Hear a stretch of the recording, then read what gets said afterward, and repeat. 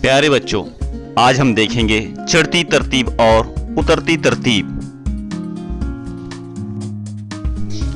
चढ़ती तरतीब और उतरती तरतीब को हम गेंदों की मिसाल के जरिए समझेंगे। यहाँ चढ़ती तरतीब में सबसे पहले छोटी गेंद, फिर उससे बड़ी गेंद और आखिर में सबसे बड़ी गेंद ली गई है, जबकि उतरती तरतीब में उसका उलट, यानी पहले सबसे बड़ी गेंद, फिर उससे छोटी गेंद और आखिर में सबसे छोटी गेंद ली गई है।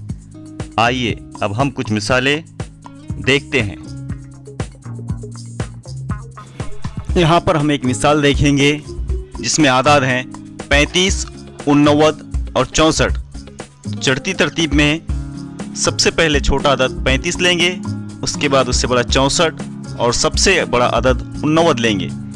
उतरती तरतीब में उसका उलट, यानी सबसे पहले बड़ा अदद 89, फिर उसके बाद उससे छोटा 64 और आखिर में उससे छोटा अदद 35 ये लेंगे।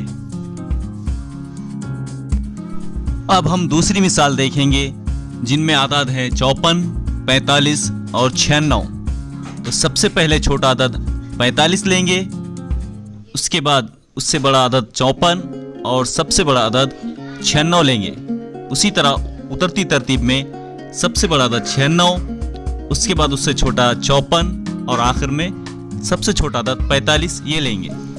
अब हम तीसरी मिसाल देखेंगे जहां पर आदाद है 88, 78 और 38। चढ़ती तरतीब में सबसे पहले छोटा अदद 38 लेंगे, उसके बाद उससे बड़ा अदद 78 और आखिर में सबसे बड़ा अदद 88 लेंगे। उसी तरह उतरती तरतीब में सबसे बड़ा अदद 88 लेंगे, उसके बाद 78 और आखिर में सबसे छोटा अदद 38 लेंगे।